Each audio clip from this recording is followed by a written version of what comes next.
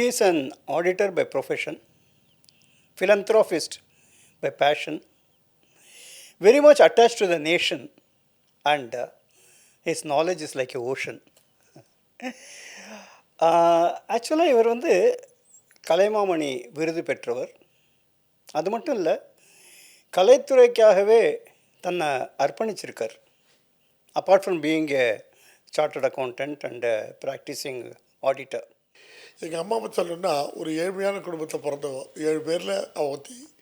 சிதம்பரத்தில் இருக்கும்போது ஒரு முறை மகாபெரியவை வந்துட்டாங்க. வாசலில் ரோட்டில் போகிறாரு. அதுக்கு எங்களுக்கு தெரியாது பார்த்தலாம். அப்போ எங்கள் அம்மாலாம் போய் நமஸ்காரம் பண்ணிட்டு நாங்கள் கூட குழந்தையெல்லாம் போயிருப்போம். அவருடைய இது ஒரு எங்கள் பிரதிபலிப்பு எங்களுக்கு தெரியாது அப்போலாம்.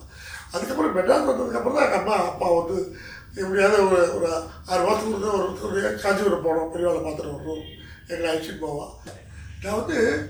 நான் இப்போ சிஏ படிச்சிருக்கேன், லா படித்தேன்.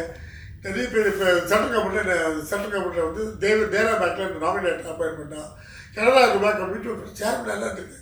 அவ்வளோ ஹை பவரெல்லாம் பொசிஷன்லாம் இருந்திருக்கேன். நான் மொத்தம் கூட எனக்கு சீட் இது கிடையாது.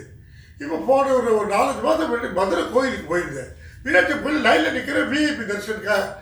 அப்போ 2 பொம்பளாட்டி ஆத்துக்காரர் வந்து, என்ன நீங்கள் ஜேபி தானே, நீங்கள் கர்மா நடிச்சா இல்லையா, ஒரு சீனி ஒரு ஃபோட்டோ எடுத்துக்கிறேன். Shock of my life.